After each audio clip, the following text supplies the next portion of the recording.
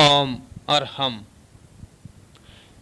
जैन विश्व भारती लाडनू तुलसी अध्यात्म निडम के तत्वावधान में 18वें प्रेक्षा ध्यान शिविर का आयोजन किया गया।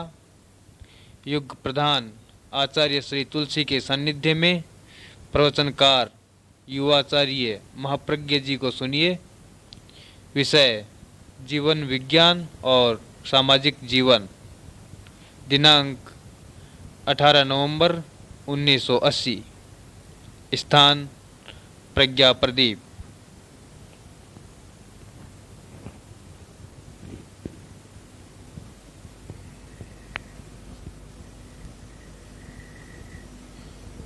साधना करने वाले साधकगण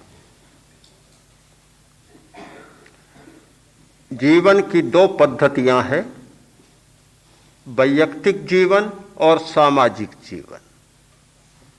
दोनों साथ साथ चलती है। कोई भी व्यक्ति 16 आना सामाजिक नहीं होता और कोई भी व्यक्ति 16 आना वैयक्तिक नहीं होता। दोनों परस्पर मिली हुई हैं। प्रधानता को ध्यान में लाएं तो वैयक्तिक प्रणाली और सामाजिक प्रणाली पद्धति को दो भागों में बांट सकते हैं। अधिकांश लोग सामाजिक जीवन जीते हैं। साधना की पद्धति भी सामाजिक बनी हुई है। कुछ लोग होते हैं जो वैयक्तिक साधना करते हैं, कहीं दूर दराज पहाड़ों की गुफाओं में, कंदराओं में चले जाते हैं, जो कुछ मिला जीवन चला लेते हैं और वहीं एकांत में रहते हैं। वैसे लोग बहुत कम होते हैं। सत्य की प्रबल जिज्ञासा सब लोगों में नहीं जागती। वैज्ञानिक लोग सत्य की खोज में लगे हुए हैं तो अध्यात्म के साधक भी सत्य की खोज में लगे हुए थे और हैं। वैज्ञानिक आदमी भी पूरा सामाजिक जीवन नहीं जीता। उसकी दुनिया समाज से हटकर कुछ अलग सी हो जाती है। वैयक्तिक जीवन भी पूरा नहीं होता, अपना भी भान नहीं रहता। जब सत्य की खोज में गहरी निष्ठा जागती है, शरीर और शरीर को पोषण देने वाला भोजन भी गौण हो जाता है। पता भी नहीं चलता कि खाया या नहीं खाया। बात अटपटी सी लगती है, विश्वास करना भी कठिन होता है। क्या यह संभव है कि भोजन करे और पता न चले? कभी संभव नहीं। किंतु जब चेतना किसी दूसरी दिशा में प्रस्थित होती है और उसकी गहराई में जाती है तो यह बात भी संभव हो जाती है कि भोजन का भी पता न चले और नींद का भी पता न चले। खाया या नहीं खाया स्मृति नहीं रहती। पूछना पड़ता है मैंने भोजन किया या नहीं किया। सत्य का शोधक अध्यात्म के क्षेत्र में साधना करता है, वह इतना कम खाता है, दूसरे लोग समझने लग जाते हैं कि यह तो शरीर को सता रहा है, किंतु उसकी खाने के प्रति जो एक आकांक्षा होती है वह समाप्त हो जाती है। मात्र जीवन यात्रा का निर्वाह बचता है। सब लोग जीवन यात्रा को चलाने के लिए नहीं खाते, किसी दूसरे उद्देश्य से खाते हैं, आकांक्षा से खाते हैं। उनकी आकांक्षा समाप्त हो जाती है। आकांक्षा से खाने वाले को एक बड़ी मात्रा की जरूरत होती है, आकांक्षा को छोड़कर खाने वाले को बहुत थोड़ी मात्रा की जरूरत होती है। पोषण थोड़ी मात्रा से भी हो सकता है। हम जितना खाते हैं पोषण के लिए नहीं खाते, किंतु आदतवश खाते हैं। एक आदत बना लेते हैं और उस आदत को पूरा करने के लिए खाते हैं। वैयक्तिक साधना के लोग एक संकरी पगडंडी पर चलते हैं। फिर वह चाहे वैज्ञानिक हो, चाहे अध्यात्म का साधक हो, ध्यान की आराधना करने वाला हो, वैसा मार्ग कुछ ही लोग चुनते हैं। उतनी धृति, उतनी तितिक्षा, उतनी तपस्या हर व्यक्ति में नहीं होती कि उस मार्ग को चुने। सामान्य आदमी सामाजिक जीवन जिएगा, यह बात जानी हुई है, और उस जीवन में जो कुछ हो वह करेगा। ध्यान साधना की एक पद्धति है वैयक्तिक और दूसरी है सामुदायिक। समुदाय के बीच में ही ध्यान करना और समुदाय के बीच में ही जीना, बहुमत इसका होगा। अल्पमत उसका हो सकता है वैयक्तिक पद्धति का, पर बहुमत कभी नहीं हो सकता। पूरा समाज कभी न तो वैयक्तिक साधक बनेगा और न वैज्ञानिक बनेगा। समाज अपने ढंग से जिएगा।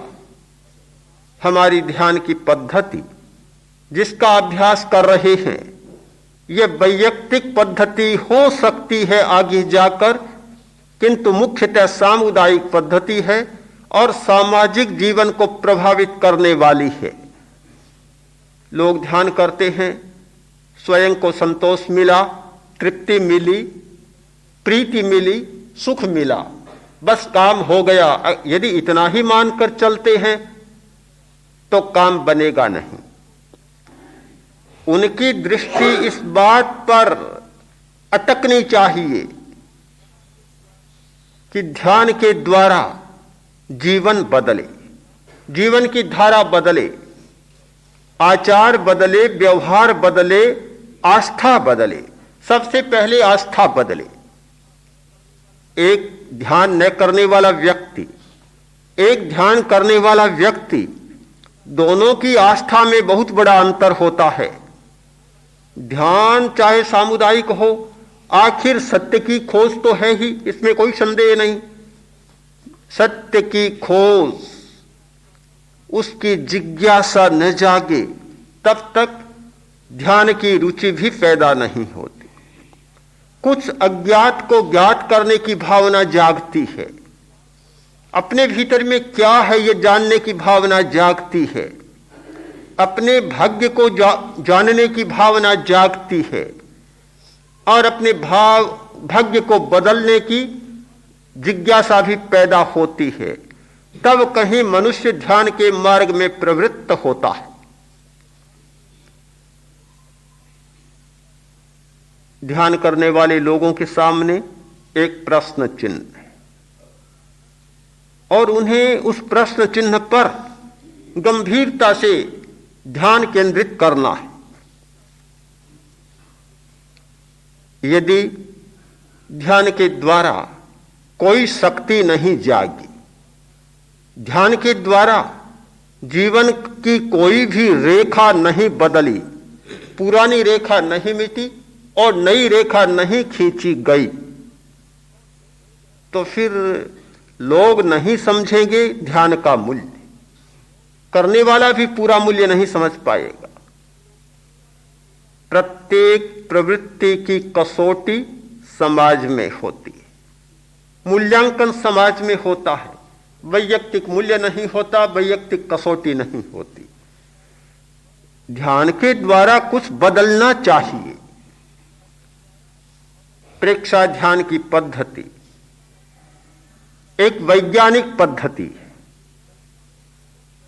इस अर्थ में कि ये केवल अंधेरी कोठड़ी में ढेला फेंकने की बात इसमें नहीं।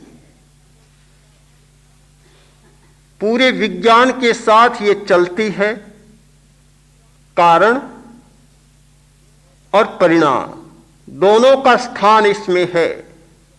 इस आदत का कारण क्या है, इसका परिणाम क्या है, इसको बदलने का हेतु क्या है और उसका परिणाम क्या है और प्रक्रिया क्या है। बहुत साफ साफ है, गणित की भांति, किसी को संदेह करने की जरूरत नहीं। जो गणित का विद्यार्थी, डॉक्टर, शरीर विज्ञान को जानने वाला, मानस विज्ञान को जानने वाला, वे व्यक्ति इस सच्चाई को बहुत जल्दी पकड़ लेता है और उसके समझ में आता है कि हमारे शरीर में जो विशिष्ट केंद्र है चेतना के, उनका फंक्शन क्या है, उनका परिणाम क्या होता है। यह बात तो शरीर विज्ञानी जानता है, किंतु ध्यान के द्वारा उनका फंक्शन कैसे बदलता है और उसका परिणाम क्या होता है, यह शरीर विज्ञानी नहीं जानता। ये दोनों बातें जुड़ जाए तो एक पूरी सामाजिक जीवन की पद्धति बदल सकती है। अभी अधूरी अधूरी बात चल रही है, इसीलिए आज अपेक्षा है कि सामाजिक शिक्षा के साथ अध्यात्म की शिक्षा जुड़े, सामाजिक जीवन प्रणाली के साथ अध्यात्म की जीवन प्रणाली जुड़े, दोनों का योग हो जाए। दोनों का योग होने पर ही नई चेतना जाग सकती है, चेतना का रूपांतरण हो सकता है। हमारा मुख्य लक्ष्य है चेतना का रूपांतरण। शरीर का रूपांतरण साध्य नहीं है, इसका चिकित्सात्मक पहलू भी है, किंतु वह मुख्य लक्ष्य नहीं है। मुख्य लक्ष्य है चेतना का रूपांतरण, चेतना की चिकित्सा।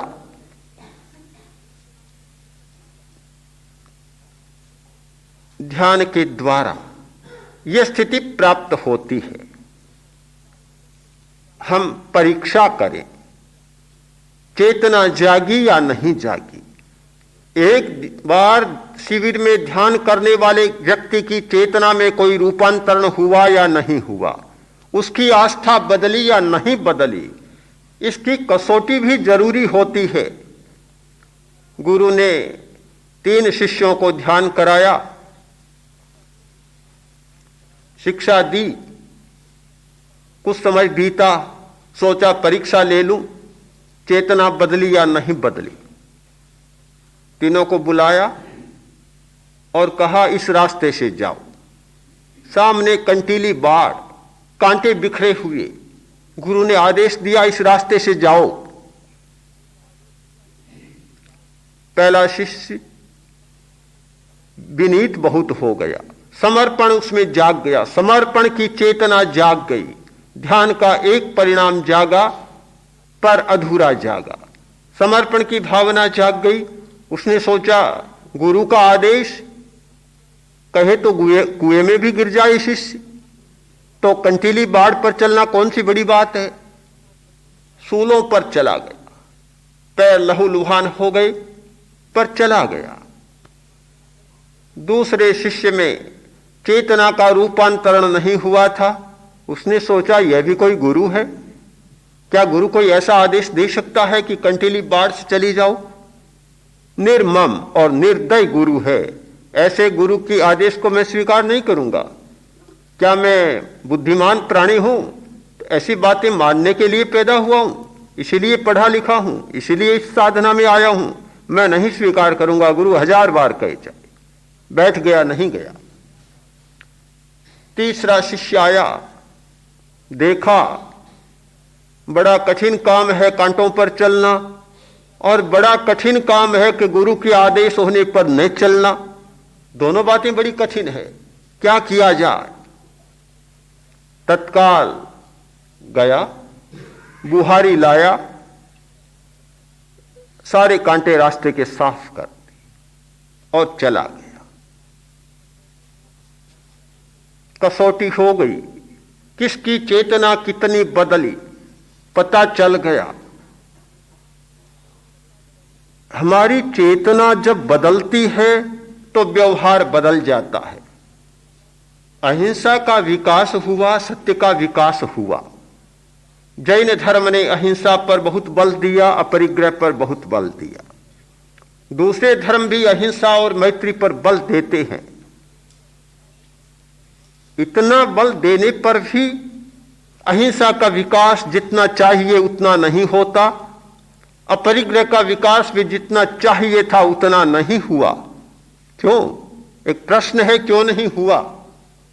हजारों वर्षों की लंबी परंपरा में इतना प्रयत्न करने पर भी ऐसा क्यों नहीं हुआ? कारण एक ही मालूम पड़ता है कि जीवन में अहिंसा उतरती है चेतना के बदल जाने पर, जीवन में अपरिग्रह उतरता है चेतना का रूपांतरण हो जाने पर। चेतना तो वह की मूल की है। जितना ममत्व चित्त में चाहिए पूरा ममत्व विद्यमान है। जितनी आसक्ति चाहिए उतनी आसक्ति चेतना में विद्यमान है। जितनी संघर्ष प्रियता, समस्या को संघर्ष के द्वारा, लड़ाई के द्वारा, विरोध के द्वारा सुलझाने की मनोवृत्ति वह चेतना में विद्यमान है, और हम स्वप्न लेते हैं कि अपरिग्रह आए और अहिंसा आए। कैसे संभव होगा? अहिंसा चेतना के रूपांतरण का परिणाम है। असंग्रह चेतना के बदल जाने का एक व्यक्त रूप है। जब तक ये परिवर्तन नहीं होते, अहिंसा और अपरिग्रह के विकास की संभावना नहीं हो सकती।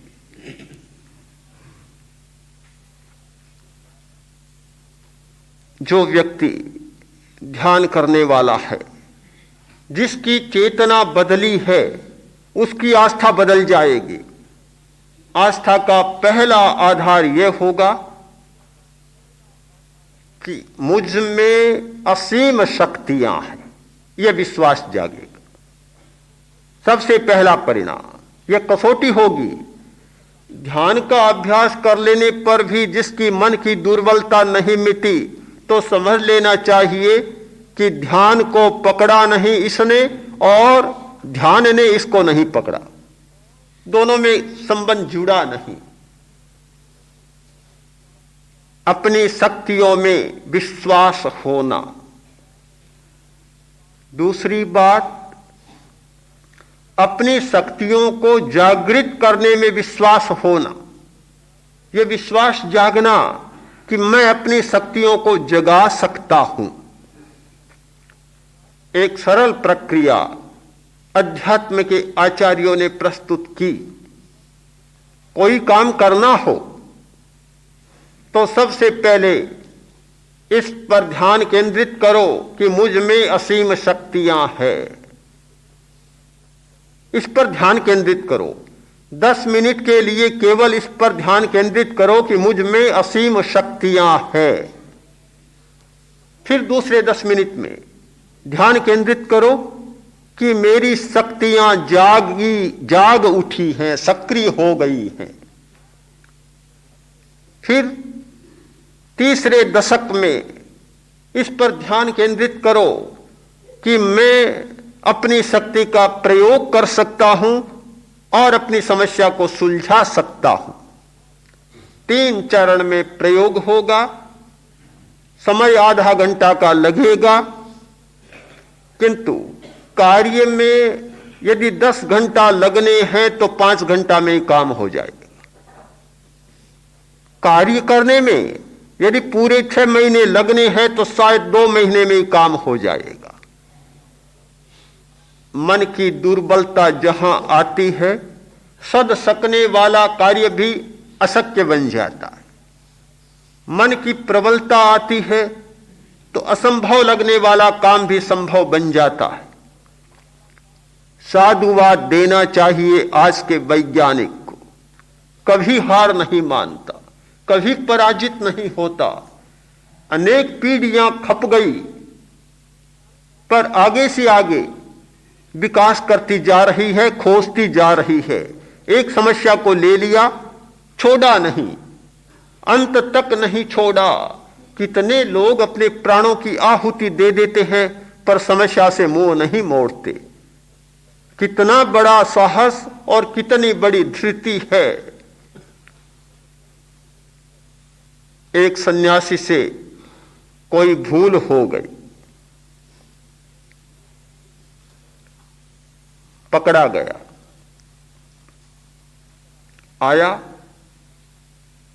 बाहर सिपाही खड़ा था, सन्यासी को देखा तो बड़ा दुखी हो रहा था, दीनता टपक रही थी चेहरे पर। सिपाही ने देखा यह साधु है, सत्य का खोजी है, सन्यासी है, भूल हो सकती है, हो गई होगी, इतना क्यों घबराया? पूछा, महाराज क्या भूल हो गई? सन्यासी ने कहा, भूल कुछ भी नहीं हुई, मैंने कोई भूल नहीं की, पर मैंने सत्य बात कह दी और हमारा राजा सत्य बात को सुनने को तैयार नहीं है, बस यही भूल हो गई, इसीलिए पकड़ा गया। अब क्या होगा? क्या होगा? फांसी की सजा होगी, प्राणांत होगा। तो क्या घबरा गए कि डर गया? सचमुच डर गया, सचमुच डर गया। आदमी जो खड़ा था कभी अपने जमाने का बड़ा डाकू रहा था, बदल गया था, दूसरे धंधे में आ गया, बड़ा डाकू था। बोला,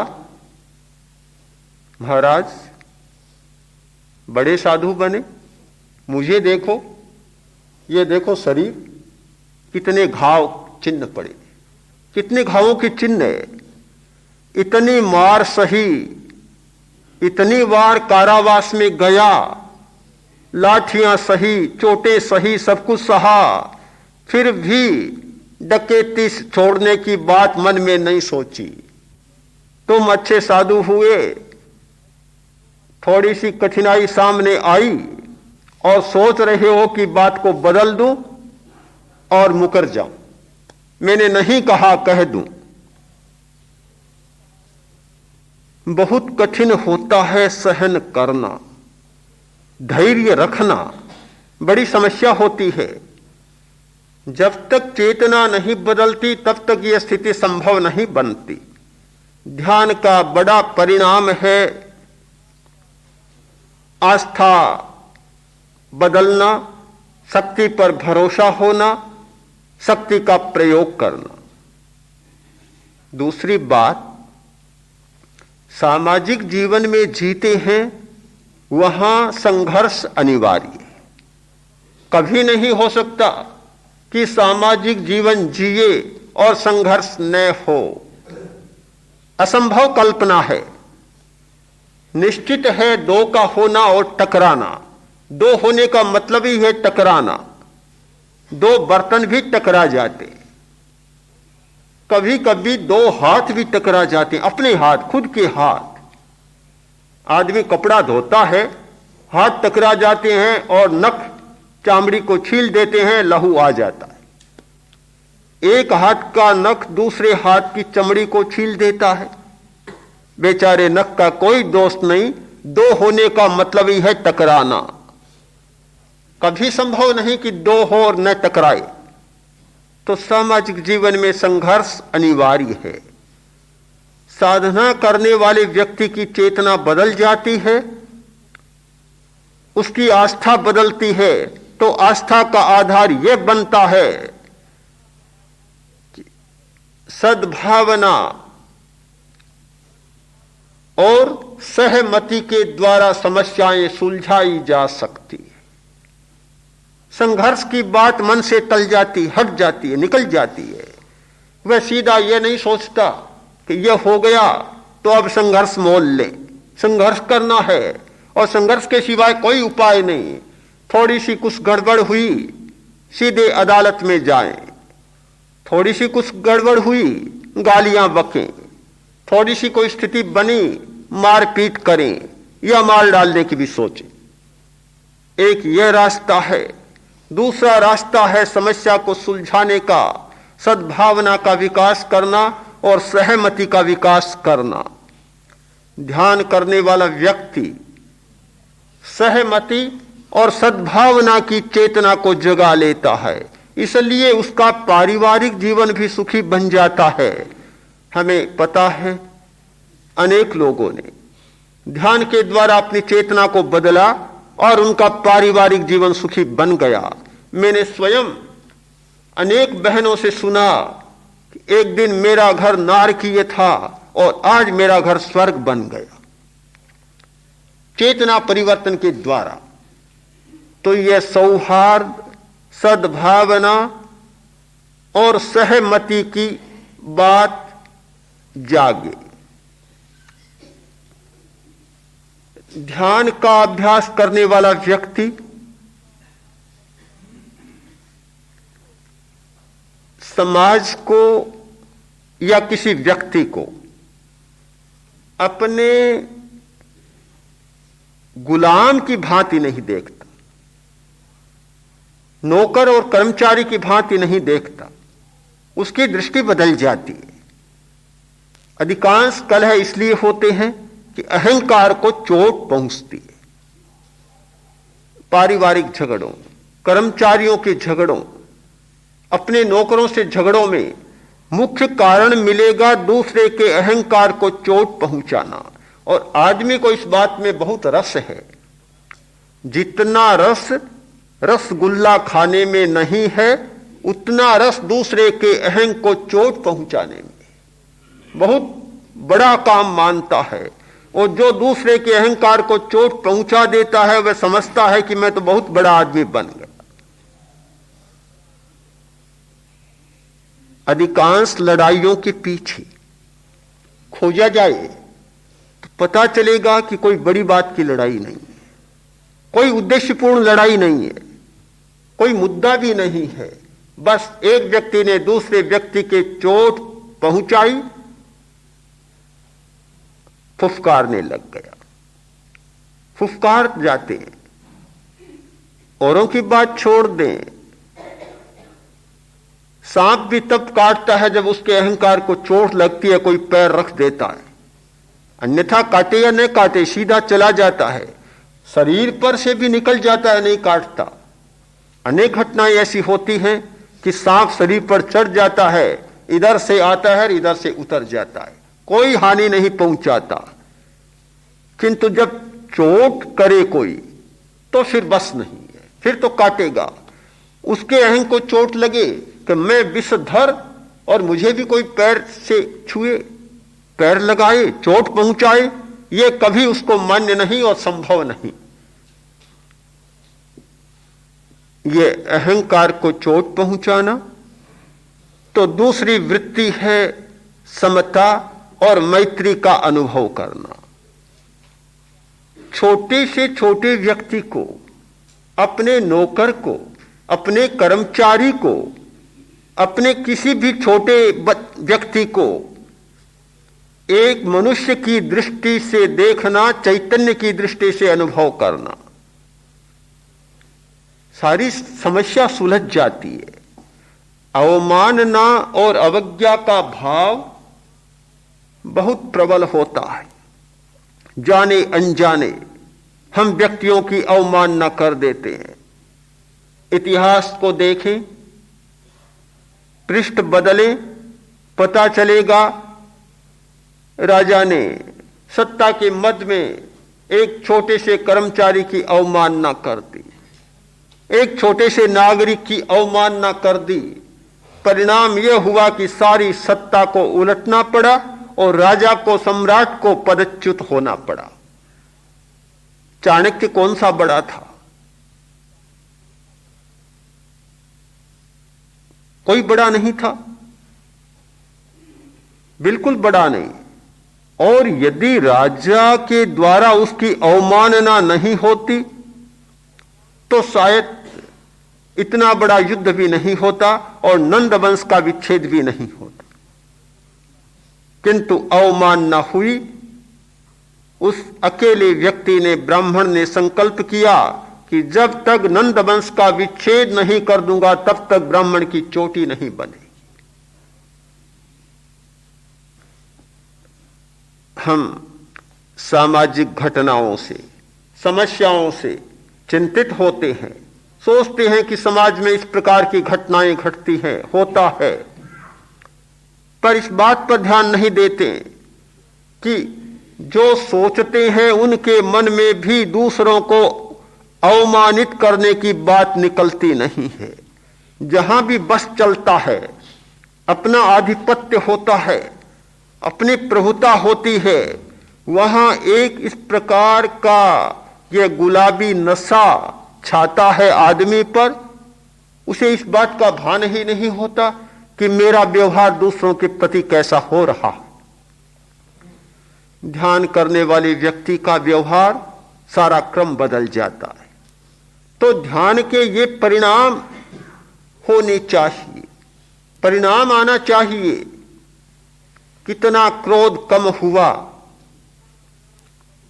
कितना व्यवहार बदला, दूसरों को मूल्य देने की भावना कितनी जागी, दूसरों को अपने समान समझने और वैसा व्यवहार करने की वृत्ति कितनी विकसित हुई।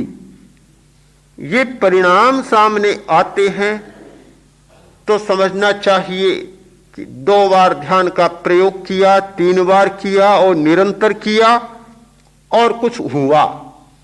ये परिणाम न जागे तो समझना चाहिए कि ध्यान किया पर अभी पूरा हुआ नहीं और करना है, करना चाहिए। मुझे इस बात का हर्ष है कि जिन लोगों ने ध्यान का अभ्यास किया उनके बदले हुए जीवन के चित्र भी हमारे सामने प्रस्तुत है। वर्तमान में विश्वास, कोरे भविष्य में विश्वास नहीं, वर्तमान में विश्वास, वर्तमान के परिणाम में विश्वास, प्रवृत्ति और परिणाम दोनों की संयुक्तता में विश्वास। तब केवल भविष्य पर हम कैसे छोड़ सकते हैं।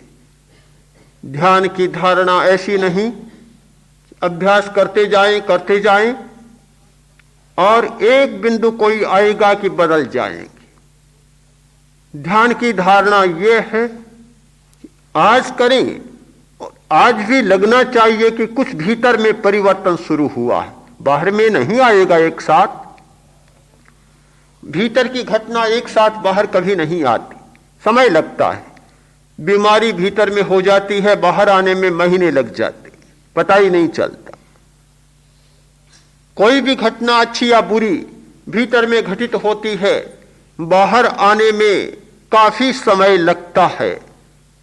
दूसरों को पता चलने में समय लग जाए कोई चिंता की बात नहीं। परिवार वालों को न लगे कि बदल गया, दूसरे पड़ोसियों को भी न लगे, मित्रों को भी न लगे कि बदल गया, किंतु स्वयं को लगे कि भीतर में बदलना शुरू हो गया हूं, तो एक चरण पूरा हो गया। और वह प्रक्रिया बराबर चलती रहेगी तो फिर बाहर से भी पता लगने लग जाएगा कि इस व्यक्ति ने साधना की है और यह बदल गया है। कुछ लोग तो अपनी साधना को इतना सशक्त आधार देते हैं कि एक बार में भी उनके बदलने का पता लग जाता है। और इसी आधार पर यह प्रेरणा जागी है कि आदमी बदलता है और जल्दी उसका पता लग जाता है।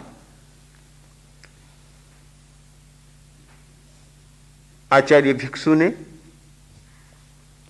एक सिद्धांत का प्रतिपादन किया था, बहुत महत्वपूर्ण, दर्शन के क्षेत्र में एक बहुत महत्वपूर्ण है वह सिद्धांत। और जिस सिद्धांत की व्याख्या पूरे 2000 वर्ष के काल में कुछ एक आचार्यों ने विस्तार से की है, वह है साधन शुद्धि। साध्य शुद्ध होना चाहिए, साध्य अभिप्रेत होना चाहिए, इस पर तो बहुत चर्चा की गई।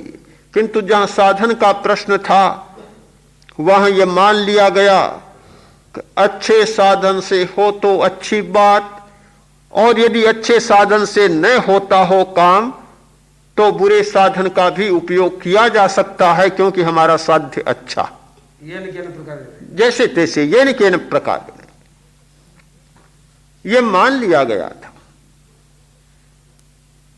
ये सिद्धांत जो दिया कि साधन शुद्ध होना चाहिए, इससे मैं ध्यान का प्रतिफलन मानता हूं, साधना का परिणाम मानता हूं। यह एक साधना का परिणाम है। विस्तार से आज इसकी व्याख्या नहीं कर पाऊंगा, किंतु बहुत महत्वपूर्ण सूत्र है यह साधना की परिणति का। जिस व्यक्ति में साधना फलवती होती है, जिसकी चेतना में दोष हटकर और आंतरिक प्रकाश उद्दीप्त होता है, उस व्यक्ति के मन में सबसे पहला यह संकल्प स्फूर्त होता है कि मुझे सुख को पाना है, शांति को पाना है। कोई भी सांसारिक प्राणी सुख और शांति को छोड़कर किसी प्रयत्न में नहीं जा सकता। मुझे यह पाना है, पर पाऊंगा समुचित साधन के द्वारा। गलत साधन के द्वारा न सुख पाना है और न शांति पानी है। ध्यान के साथ चलने वाली सारी नशे की प्रवृत्तियां, शून्यता लाने वाली औषधियां, इतने प्रयोग जुड़ गए हैं मादक वस्तुओं के ध्यान के साथ, और भी गलत प्रयोग ध्यान परंपरा के साथ जुड़ गए हैं। वे सारी बातें समाप्त हो जाती है। फिर शांति को उपलब्ध होना है, सुख को उपलब्ध होना है, पर किसी गलत साधन का प्रयोग नहीं करना है।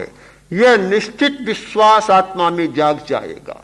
चाहे कितना ही प्रलोभन सामने आए और कितनी भड़कावनी बातें आए, कि बस 2 मिनट में यह प्रयोग किया, शक्तिपात हो जाएगा, कुंडलिनी जाग जाएगी। अशुद्ध साधन से हमारी आस्था उठ जाए, यह बहुत बड़ी निष्पत्ति होती है ध्यान की। तो ध्यानी व्यक्ति को सामाजिक जीवन जीना है, समाज में रहना है, समाज के साथ व्यवहार करना है। उस स्थिति में उसका व्यवहार किस प्रकार का हो और ध्यान से क्या फलित हो, यह सारा दर्शन ध्यान करने वाले के सामने स्पष्ट होना चाहिए। और उसी स्पष्टता की 2-4 रेखाएं मैंने आपके सामने खींची।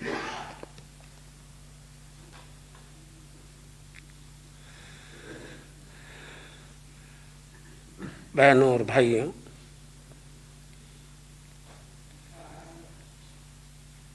मध्याह्नकालीन ये प्रयोग इस शिविर काल का शायद आज तक ही है। कल ये शिविर संपन्नता की ओर प्रस्थान कर रहा है, और संभव है लोग कल ही कुछ लोग अपने अपने श्रेष्ठ स्थान के प्रति विदा भी हो जाए। ये तो होना ही है, नई बात तो नहीं है, क्योंकि ये तो कैंप है, शिविर स्थान है, ये कोई निवास स्थान तो है नहीं। प्रज्ञा प्रदीप में तो सिर्फ आपको एक स्थिति का निर्माण करने के लिए आना है, एक अभ्यास करने के लिए आना है। इस अभ्यास का परीक्षण तो आपको घर में करना पड़ेगा, परिवार में करना पड़ेगा, संस्थाओं में करना पड़ेगा, समाज में करना पड़ेगा। इसलिए शिविर काल की संपन्नता करके आप जा रहे हो, इसमें हमें कोई भी चिंता नहीं है। लोग कहते हैं शिविर काल बहुत थोड़ा है, ये बात तो ठीक है। 10 दिन का काल बहुत थोड़ा, ज्यादा नहीं है। दोनों बात कहते हैं। पहले दिन कहते हैं कि बहुत है, 10 दिन कैसे बीतेंगे, और अंत में कहते हैं फिर। क्योंकि ऐसी बात है कि पहले दिन की बात का हम ध्यान न दें, बाद की बात का ध्यान दें। पहले दिन तो हर आदमी नया रहता है, बच्चा रहता है, वो क्या समझे। थोड़ा जवानी में आ जाए, तब विवेक का जाग जाए, तब कुछ कहे, वही ठीक है। ठीक, बिल्कुल ठीक है, काल कम है, किंतु नहीं। आप ये आशा करते हैं कि शिविर 20 दिन का हो जाए, क्या पूर्ण हो जाएगा? फिर कहेंगे नहीं, बहुत थोड़ा है। पूर्णता शिविर में नहीं होगी, पूर्णता प्रज्ञा प्रदीप में नहीं होगी, पूर्णता आपकी वहीं जाके होगी जहां तक मेरा ख्याल है। क्योंकि आदमी पढ़ता है, फिर इम्तिहान देता है, परीक्षा देता है कि मैंने कितनी पढ़ाई इस वर्ष में की। एक कैंप में रह के आपने अभ्यास किया, अब आपको घर नहीं जाना है, इम्तिहान देना है वहां जाके, परीक्षा देना है वहां जाके कि मैंने इस साल के शिविर में रह के क्या प्राप्त किया। फेल होता हूं, पास होता हूं, परीक्षा केंद्र। निश्चित मैं आपको ठीक कह रहा हूं, प्रज्ञा प्रदीप आपके अभ्यास का केंद्र है, परीक्षा का केंद्र नहीं है। अगर यह परीक्षा दे के 100% नंबर प्राप्त कर ले, मैं पास नहीं मानूंगा आपको, उत्तीर्ण नहीं मानूंगा। उत्तीर्ण आपको वहीं जाके होना पड़ेगा। निश्चय समझिए, क्योंकि प्रज्ञा प्रदीप में तो अब तक वीतराग बन जाते हैं। कोई झगड़ा नहीं, कोई आक्रोश नहीं, कोई क्रोध नहीं, कोई गुस्सा नहीं, कोई वासना नहीं, कुछ नहीं। इतना आपने अध्ययन कर लिया, पढ़ाई कर ली, इतने सब तत्वों को प्राप्त कर लिया, अब घर जाते ही आपका परीक्षण शुरू हो जाएगा। बच्चे कुछ कहेंगे, माता कुछ कहेगी, पड़ोसी कुछ कहेंगे, श्रीमती जी कुछ मांगेंगी, तब फौरन आपका दिमाग उत्तेजित हो जाएगा। अनुत्तीर्ण हो गए परीक्षा में, फेल हो गए परीक्षा में। वहां जाके भी आपकी ये स्थिति रहे कि आपने जो कुछ प्रज्ञा प्रदीप में, परीक्षा ध्यान साधना के शिविर में और हमारे महाप्रज्ञ जी के अनुभवपूर्ण प्रवचनों में कुछ पाया है, आपने कितना संजो के रखा है। यह परीक्षा का केंद्र नहीं, यह अभ्यास का केंद्र है और घर परीक्षा का केंद्र है। आपको ज्ञात होना चाहिए, हमारे आगम ग्रंथों में कहा गया है कि जिन कल्पी की मुक्ति नहीं होती। कब तक? जब तक उस अवस्था में रहता है, उसे संग में आना पड़ेगा, अपनी साधना का परीक्षण संग में देना पड़ेगा, संग के साधु साधियों के साथ में, श्रावक श्रावकों के साथ में, समाज के साथ में वैसा व्यवहार करके उसे पूरा परीक्षण देना पड़ेगा, तब कहीं मुक्ति होगी। कितनी बड़ी बात है।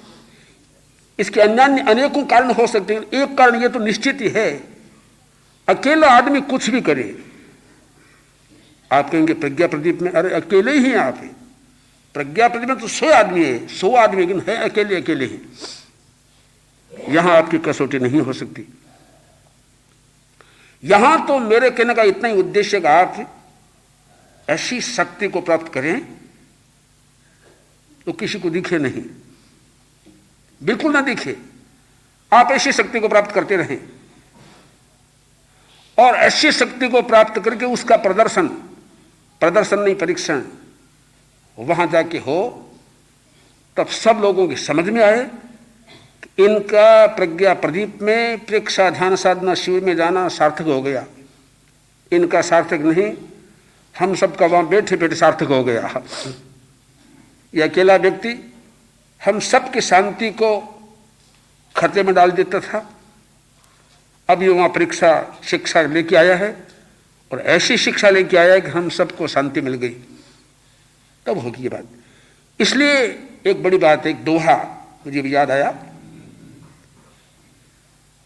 कि भक्ति ऐसी कीजिए जैसी लखे न कोई, भक्ति ऐसी कीजिए जैसी लखे न कोई, जो मेहंदी निज पात में रखे लंग रको, राखे रंग लकोय।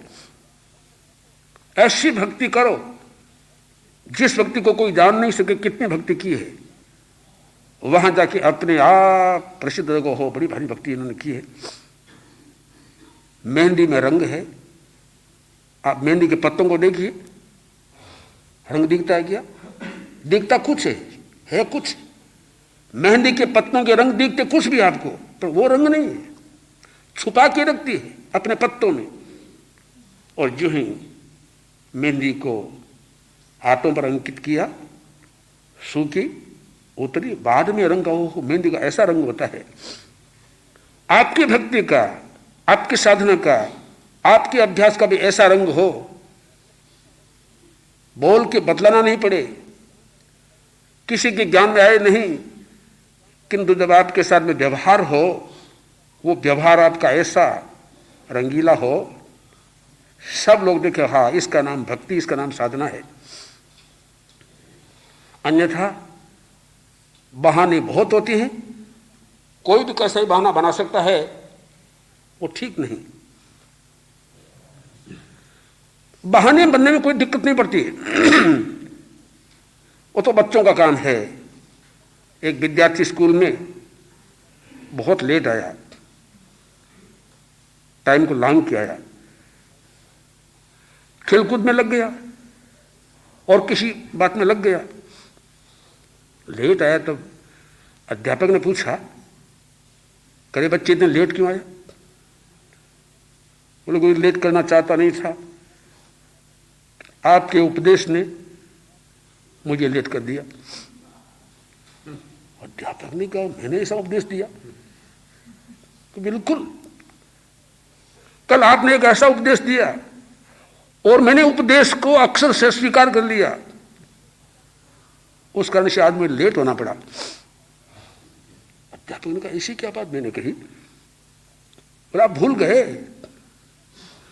आप जैसे व्यक्तियों को बहुत समझ समझ के बात कहनी चाहिए। शिक्षा देता है अध्यापक को। आपने कहा था कि हर व्यक्ति को फूंक फूंक के पैर रखना चाहिए।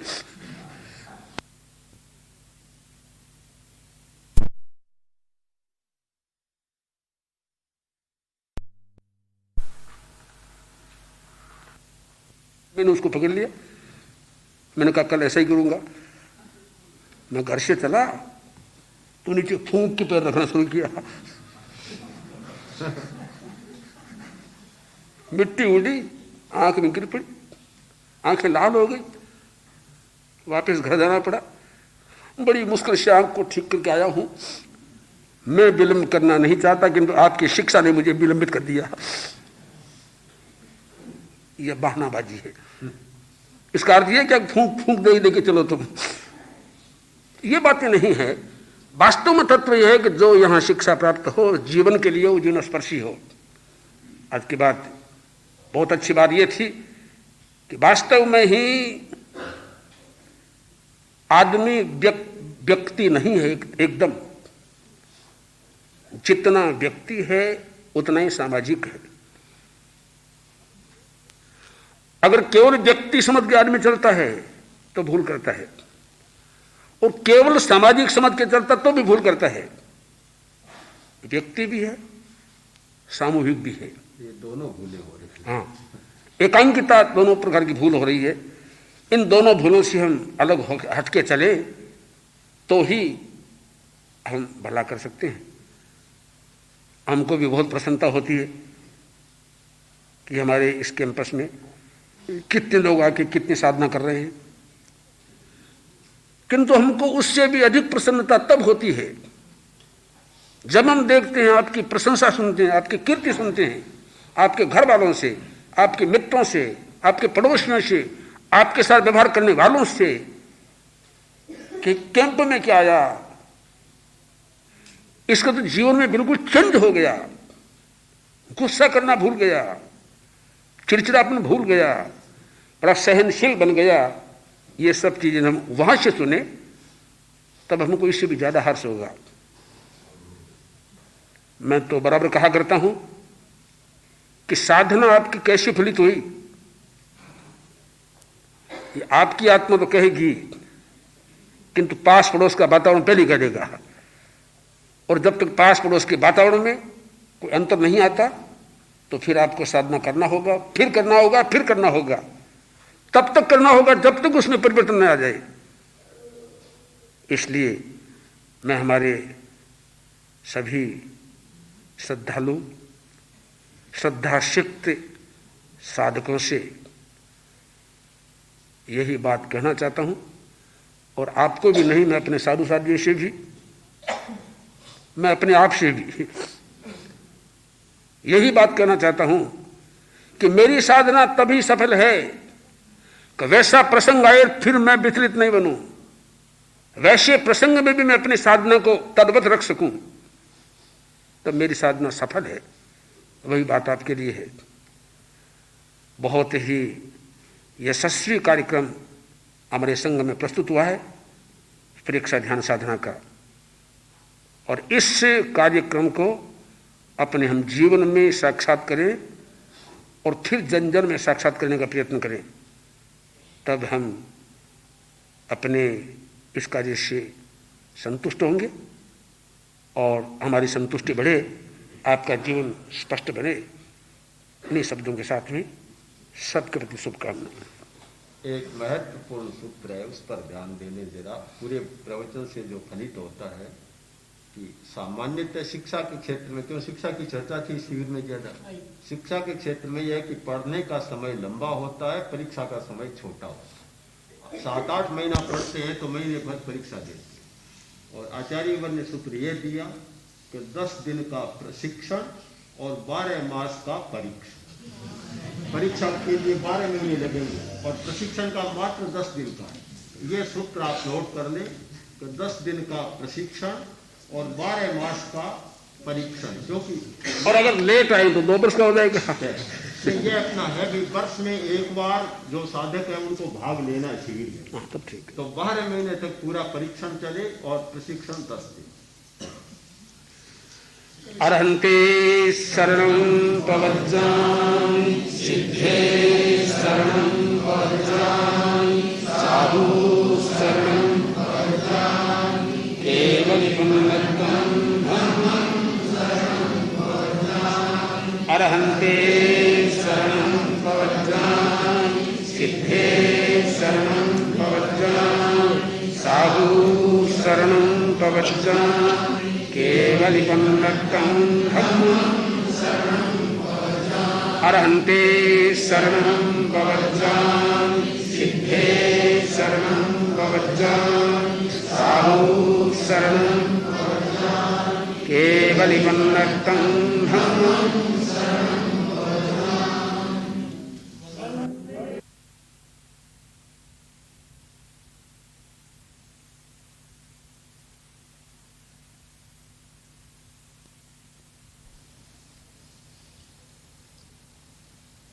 माया में फंसे इंसान विषयों में न बह जाना है।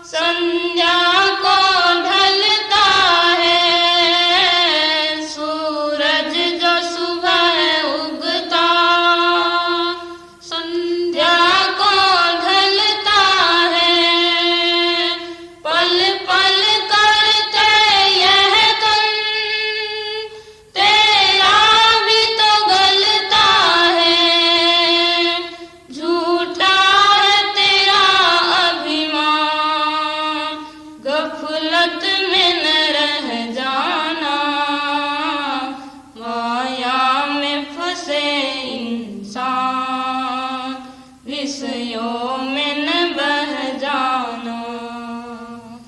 है दूर तेरी मंजिल, तूफान में न बह जाना। माया में फंसे इंसान, विषयों में न बह जाना।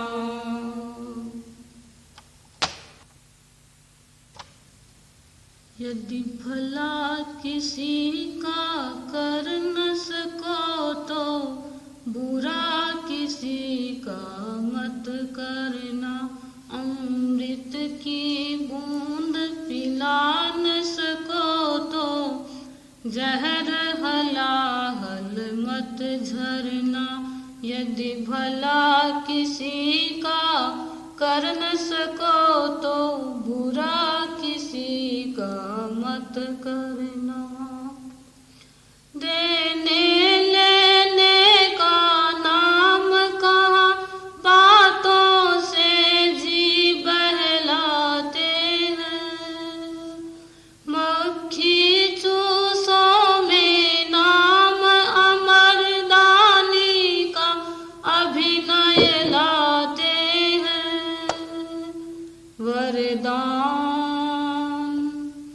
वरदान किसी को दे न सको तो शान किसी की मत देना। अमृत की बूंद पिला न सको तो जहर हलाहल मत झरना। यदि भला किसी का कर न सको तो बुरा किसी का मत करना। अपनी महिमा सुनने को आतुर देखो कान सदा रहते। निंदा पर की सुनने को भी बिल्कुल बेचैन सदा रहते। अपनी निंदा को सुन न सको तो पर निंदा मुख मत धरना। अमृत की बूंद पिला न सको तो जहर हलाहल मत झरना। यदि भला किसी का कर न सको तो बुरा किसी का मत करना। खाने न रोटी पहनन कपड़े, रहने को ऊंचे भवन खड़े। फिर हाय हाय धन को कितने लग रहे तेरे रगड़े झगड़े। गर सको जरा दिल धर न सको तो कब्र खोद कर मत गिरना। अमृत की बूंद पिला न सको तो जहर हलाहल मत झरना। यदि भला किसी का कर न सको तो बुरा किसी का मत करना। उपकार किसी का कर न सको तो अपकारी मत बन जाना। सूखे को सरस बना न सको तो आग कभी मत बरसाना। यदि विनय फूल बन खिल न सको तो घुट घुट कर भी मत जीना। यदि विजय फूल बन खिल न सको तो घुट घुट कर भी मत जीना। अमृत की बूंद पिला न सको तो जहर हलाहल मत झरना। यदि भला किसी का कर न सको तो बुरा किसी का मत करना।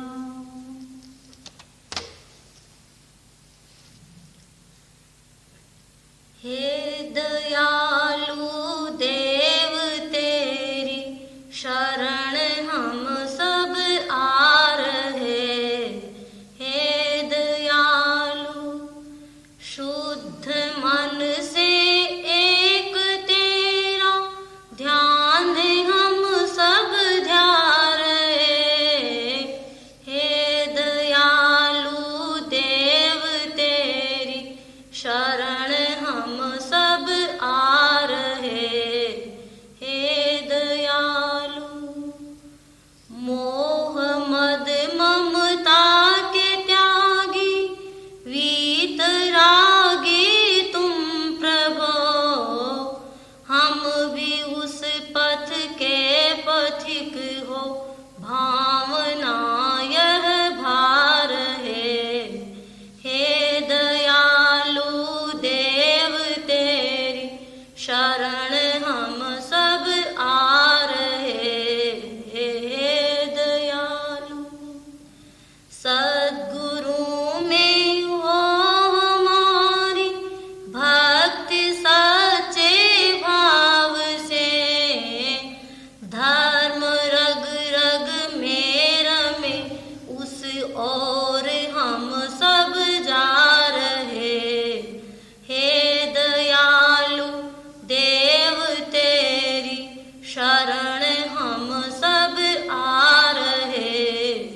हे दयालु दिल से पापों के प्रति प्रतिपल हमारी हो घृणा प्रेम हो सत्संग से यह लालसा दिल आ रहे। हे दयालु देव तेरी शरण हम सब आ रहे। हे दयालु दूसरों की देख बढ़ती होन ईर्ष्यालेश भी सर्वदा ग्राहक गुणों के हो हृदय से गा रहे। हे दयालु देव तेरी शरण हम सब आ रहे। हे दयालु त्यागमय जीवन बिताए शांतिमय बर्ताव हो।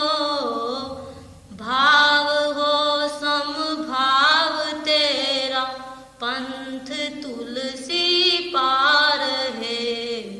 भाव हो समभाव तेरा पंथ तुलसी पार है। हे दयालु देव तेरी शरण हम सब आ रहे।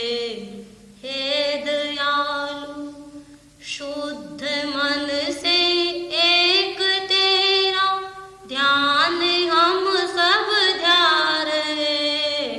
हे दयालु देव तेरी शरण हम सब आ रहे। हे दयालु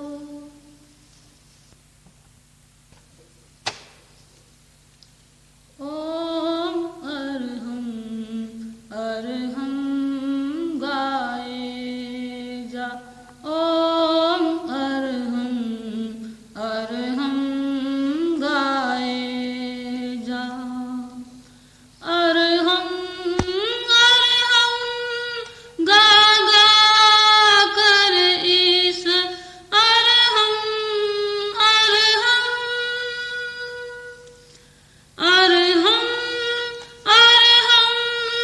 गा गा कर इस मन को विमल बनाए जा। ओम अरहम गाए जा। ओम अरहम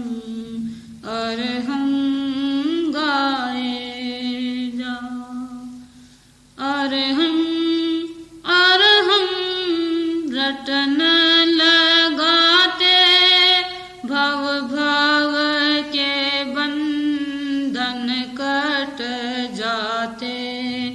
ओ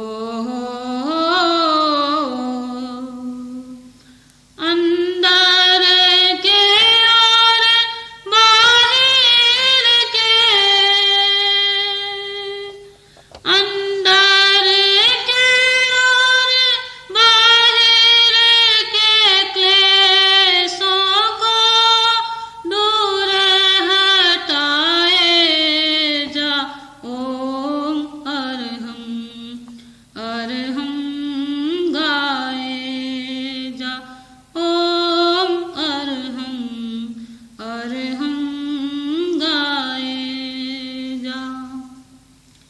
आदि आकार यहाँ है आया है अंत्याक्षर रूप सुहाया। ओ रे का मध्य प्रयोग हुआ, रे का मध्य प्रयोग हुआ यो व्यापकता फैलाए जा। ओम अरहम अरहम गाए जा। ओम अरहम अरहम गाए जा। अरहम पूजा का सूचन करता, अरहम विशिष्ट योग्यता धरता। हो सिद्धि गमन का योग्य स्वयं, सिद्धि गमन का योग्य स्वयं बन अंतर ध्यान लगाए जा।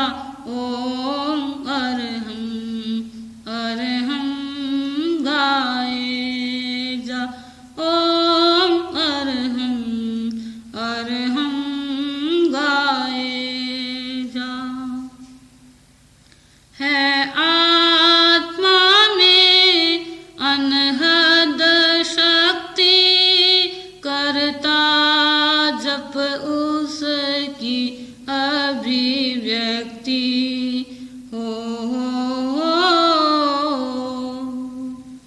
जो तन्मयता आए तो, जो तन्मयता आए तो फिर प्रभु की प्रभुता पाए जा। ओम अरहम अरहम गाए जा। ओम अरहम अरहम गाए जा। एक को मुख्य बनाना होगा, पर को सिर्फ निभाना होगा। हो करके लक्ष्य सुनिश्चित फिर, करके लक्ष्य सुनिश्चित फिर निसंशय कदम बढ़ाए जा। ओम अरहम अरहम गाए जा। ओम अरहम अरहम गाए जा। व्यर्थ विकल्प सताते रहते मानस पट पर आते रहते। हो